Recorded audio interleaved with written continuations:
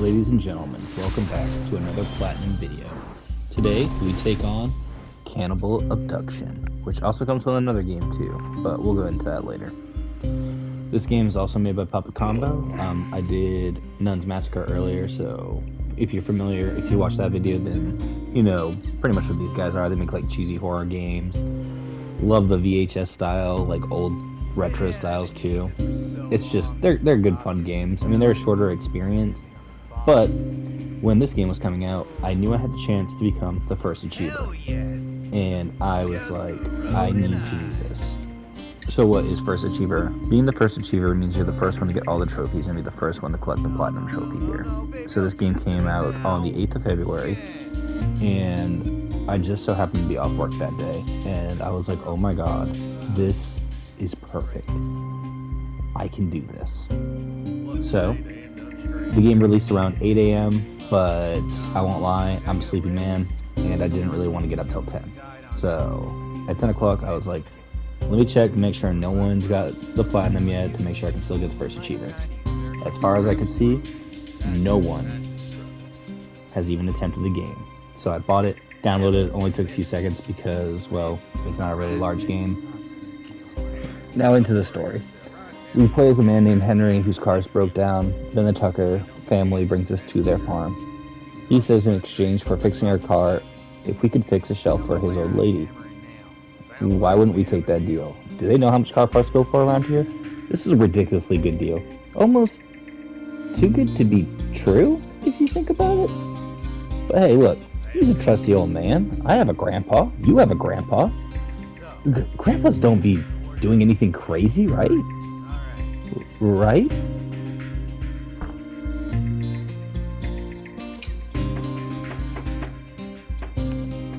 Y'all heard that door locked too, right? I'm not crazy. Now we finally get to take control of the character Henry, and we're finally able to actually play the game. It moves kind of like old school Resident Evil, I would kind of say. Like tank controls, I guess is the best way to describe it. It definitely feels weird, and it took me a minute to get the hang of it, which is kind of making me nervous because I know these are short games, and I want to be the first achiever. I'd say like another cool thing about this game too is like your toolbox is like your storage unit. You can stick that many items in it. You can use the bobby pins to unlock doors and stuff. You can only have 4 items on you, which kind of makes it interesting for a puzzle. But then when you play the hard mode, which is going to be for like another trophy that we need to do, you have 1 less equipment spot, so you can only carry 3 things instead of 4. Kind of like, again, if you're playing Jill, you get more slots than you do when you play Chris to make it more of a challenge. But anyway, once we break out of here, we find a flashlight. The flashlight is honestly your best friend because it's just going to show you where everything is. You'll also see like some items when you shine on your flashlight. It will like show you like the notes and stuff that you need. Like it just did there. Now we can see that note. Which the notes, you have to find all of them too, which will be a trophy, but we'll go over the trophies in a little bit. This game too is like, I would say it's like one big puzzle. You have to keep finding different pieces. I guess if you ever played Granny, it's kind of similar to that, except for the items aren't going to be like pre-generated, or they're not going to be like randomly throughout the house. They're going to be in the same spot every time, the same codes every time too, to unlock stuff. Well, there's one part in the game where the code's different each time, which we'll go over that when we get to that part, but it's one of the most annoying features of this game. And once I figured out how to sprint, I needed to take advantage of this because, let me tell you, I want to get that first achiever. I don't know why I wanted so bad, but I wanted to be the first. One more cool feature before we get into it, the heat of it too, the VHS tape. I think that's so cool that you use that to save it with a TV. I like that. I just thought it was cool. Now, just like in Nun Massacre, oh, I didn't even notice that he was there. But just like in Nun Massacre, the closer it gets, you'll get more static. So right here, I knew something was wrong, because as soon as I got to this dog, one of the trophies was supposed to pop that I had run into the dog. And then when you die here, you're supposed to get another trophy. You can see the game bugged out there. For whatever reason, when they're both in the same room, the game just bugged out. But no trophies popped up. And I was like, what the heck? So I checked the PS5 version. There's no trophies for the PS5 version. I've been playing the wrong version. So I had to switch to PS4 version and start all over again. Granted, they fixed it now, but still, when I was first doing this, So the PS5 trophies are released now. I think it was like 12 or 14 hours later they started popping up. Which I mean, I'll probably end up getting the trophy to get on the PS5 version just to get them. But it was super frustrating knowing that I wasted about like 20, 30 minutes already where other people could have already been playing the PS4 version. And I felt like I was super behind. Anyway, we reenact what we just did. And we finally get our first 2 trophies. One for alerting Daisy, and the other for getting killed by the abductor, cannibal, crazy man, whatever you want to call him. If you guys have made it this far in the video, if you could please hit that like button, subscribe, maybe leave a comment about your favorite puppet combo game. It'd really help me out here so YouTube can start pushing these videos out. I'm also, trying to get better and everything. But, like I said, if you guys could hit that like and hit that subscribe, it would mean the world to me. Now that we've fed this beautiful and wonderful dog that got us killed in the first place, it unlocks a new part of the puzzle in this house, where we get the doorknob for the door that's upstairs. We attach the doorknob, and then we've unlocked another part of the house, the attic. The attic has a few different places where you can hide up here. There's also where we're going to find the water valve that we need to go downstairs and attach that to turn the water back on, which is another trophy, which is going to be great. And we also need to figure out what this means. But before we figure that out, let's grab this valve and go back down to the basement. Another thing I forgot to mention earlier is we're also not going to use any bandages in this playthrough because we need to reach the sewers without using a bandage for another trophy. But once we connect the valve, we unlock a trophy for plumbing. Now in easy mode, I don't feel like you see the cannibal that often. But just like I said earlier, like a nun massacre, once like the screen starts getting more staticky, you'll know that he's around you. So there'll be times where you have to hide. Like right now, I know he's close. So I just go the opposite way, try to avoid him.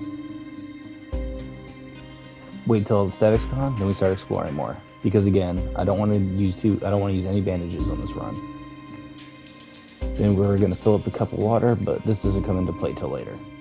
Now, if you remember earlier with that lock, it says 590 kilowatts. So we have to go find the radio that's downstairs and turn it to that radio station. This is the part where the code will be randomly generated. But it's also super annoying because you have to listen to the different noises it is and then write them down. Which you also kind of have like a hard time when one noise starts and when one noise doesn't start. It's kind of irritating. Plus, I guess we can just call him the cannibal. The cannibal's still out and about, so you never know when he's just going to pop up and get you. But thankfully, we got it on our first try. And just to show you that, he does show up, hide up in this thing just so he can't get us, and he will come by your hiding spot. He won't come in there unless he sees you go in there. At least it never happened to me. He'll just pull you out randomly. Once he saw me walk in there, he did get me. But he'll just look in, but he won't grab you. Now that we're not being interrupted by some scumbag murderer, we unlock the door. We get the rope. A very important key item that we're going to need for this. And like I said earlier, once you find all the notes are pretty much by key items, so you really can't miss them. But reading all the notes gets us another trophy. Now at this point, I feel like I'm making a really good time. I'm getting halfway to the end of the trophy list.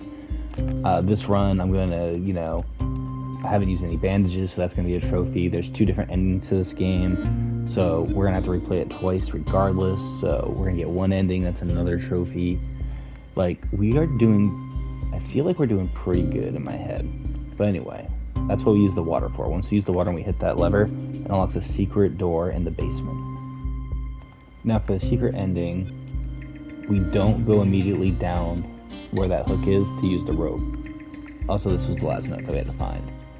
But we have to solve a couple more puzzles. So if you bring that small key with you down to the, I guess this is the butcher shop, or I'm not sure what you want to call this. But it'll give us a key. We need to use this key for the thing that's upstairs, the hexagon key, I think it is. And we go upstairs with that. Once we get back upstairs to the bedroom, of course he's on our tail. But hey, it's all good. Deep breaths, just like you're doing hot yoga on a Sunday afternoon. You guys know what I'm talking about. Anyway, we use the hexagon symbol, put it in there, and what do we get? A clock hand, of course.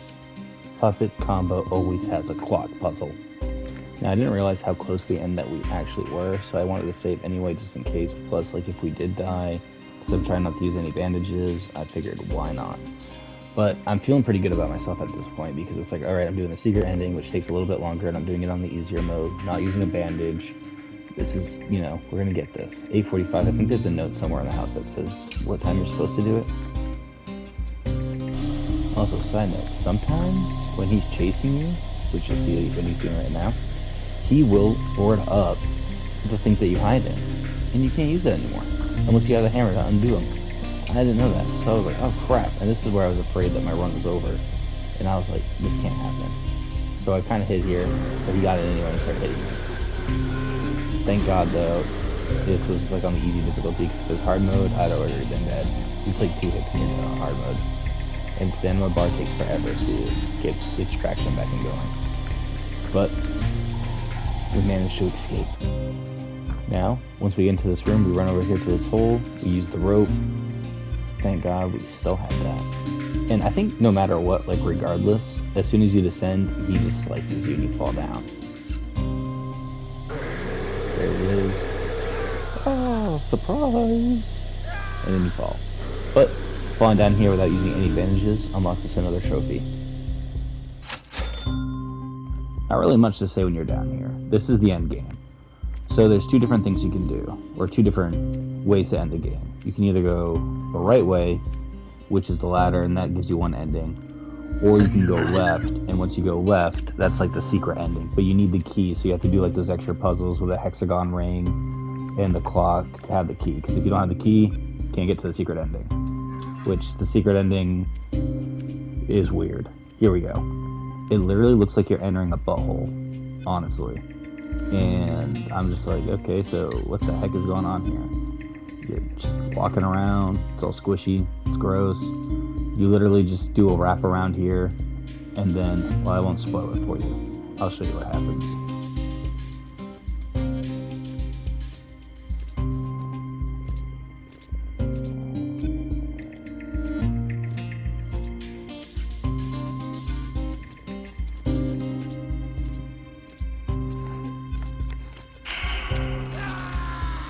Yeah, I don't know, man. What the hell was that? I don't know if it's a different reference to a different Puppet Combo game, but anyway, this unlocks us 2 trophies. Now, we have to beat this game on hardcore. The only real difference between hardcore and the regular mode is now that he sets traps. And the traps just damage you, you can get out of them. But one of the trophies is to pick one of the traps, or I guess the better way to phrase it is disarm one of the traps. Also, your stamina bar doesn't fill up as quickly, and you take more damage from hitting, and you don't heal as much if you use bandages. Now, to disarm a trap, you need to find a special tool. You'll find it up in the attic. It's a kit. All you gotta do is just walk up to it now, use the kit to disarm it, and the trophy's ours. Now, this ending will get us 2 more trophies. One for beating the game on hardcore, and another one for getting the normal ending. Which, I think this ending is better because it's more of a story, I guess. Because the other one, just some naked man or some naked crazy thing just attacks you and you see what kills you. I'm not really sure. But this one, at least we get to meet a nice officer. I will play out. Who are they? Who did this to you? Tucker. Tucker Farm. You're crazy. Get in the truck. I gotta get you to the hospital. Can you keep pressure on the wound? Yeah. I think. Just relax. Here, I'll turn on the radio. You're safe now. And Puppet Combo blessed us with another game, The Night of the Scissors, which is just some random maniac that will randomly pop up and stab you with scissors. Yeah, it's a weird game. But hey, it was another game that came with Night of the Cannibal, so why not? But at this point, I'm over halfway done with all the trophies. I'm feeling good. I checked the leaderboard. It looks like I'm still the only one that's playing the PS4 version right now. So my confidence level is through the roof. In this game, you also have to find like 3 pieces of paper about the scissor killer. And once you find the 3 articles, you unlock another trophy. Now, I'm not going to go into too much details about this because literally all you're doing is just running around. There's a serial killer. Pretty much kind of the same thing that we were just doing. Same thing, if he gets too close to you, his screen will get really staticky. You can hide in lockers. Pretty much the same thing that we've been doing. But we're just going to pile through this so this video isn't too long. Kind of wanted to keep it under 20 minutes. Once we manage to get away from the cycle long enough and explore enough of the, I don't even know where the hell we are, some abandoned building or whatever to get this. But once we enter the right safe code, we enter it, we take the money that's inside, and unlocks us another trophy. Also, if you enter 6969, it unlocks you another trophy for being a pervert. Now this is one of the worst parts of this trophy. You have to get through this whole hallway without hitting any of the deadly scissors. You hit the scissors, it's over. He pops out of that room and he just stabs you and it's over. Also though, if you get through this room, but before you hit it and then you redo it and not hit the scissors, it doesn't count. You have to do it on a fresh playthrough or it won't count for you. And then once you hit here, the trophy pops. There's also another trophy to get to this game without getting hit once from the killer. But like at this part, no matter what I did, he was always camping at this one spot. And I was like, how the heck am I supposed to do this? And I really honestly thought at this point, I wasn't going to get a first achiever because I didn't think I could get through this game without not getting stabbed by him. But, however, the combination doesn't change for the safe. So, if you just type in that combination and type it in the beginning of the game and get the supply queue, it's literally the same code, so you don't even have to go through, backtrack through any of the game. And doing that makes it so much more easier doing like a no-hit playthrough, because then you're not backtracking. It's pretty much a straightforward thing. Once you get to the second part and you get through that hallway through the scissors hanging from the wall, it's over. See, look, you just randomly will pop up. Like, either way, it's irritated my soul to no end. But, like I said, that's the trick I did for it. Made it so much more easier. So, after we get through this playthrough of not getting hit and finishing the game, we're going to unlock 2 more trophies. And then we only need 1 more for the first achiever. But yeah, look, the static goes crazy at this part for whatever reason. But anyway, next part. Well, before I pop the trophies, I should at least show the ending, which isn't really that great. I mean, it was a bonus game in the game, so I'm not going to complain. But once we enter the garage door, we see the cop being murdered. We beat the game, we get the trophies. And then once you beat the game, you unlock like their Halloween mode, which is, it's the same game, but there's just 3 hidden bags of candy in the game, which one of them's by, after you cut the pipes, there's one in that room, there's one on the dock, and then there's one in the room with all the knives, the scissors hanging from the ceiling. And once you get all those 3, you get the trophy. So, overall, it was, I enjoyed both of the games. And we did get the first achiever on the PS4. The PS5 trophies for me still haven't popped up, but I did see that there's some people who did get the platinum, so congratulations to that person. It's actually kind of funny. I was finishing another game I was playing for a video I was going to do, and a guy messaged me, because I have my, obviously on PSN you can see like who got like first achiever, and he actually like congratulated me, and I thought that was pretty cool. And then he was asking me if I knew about the PS5 version. I was like, nah, man. I was like, honestly, I started on the PS5 version, but like after like 20, 30 minutes of playing it, I noticed the trophies weren't popping, and I really wanted to get first achiever for something, even if it was just a puppet combo game. But it was cool that he congratulated me. But anyway, this is pretty much it for the video. Overall, this is a super easy game to platinum. I mean, honestly, I'd give it like a 1 out of 10. It took me maybe 2 hours, but I also never played this game before. I'm sure if you looked up a guide or something, you could easily do this in, maybe 40 minutes, an hour, hour and a half. It's easy platinum. No Massacre is definitely a lot harder than this.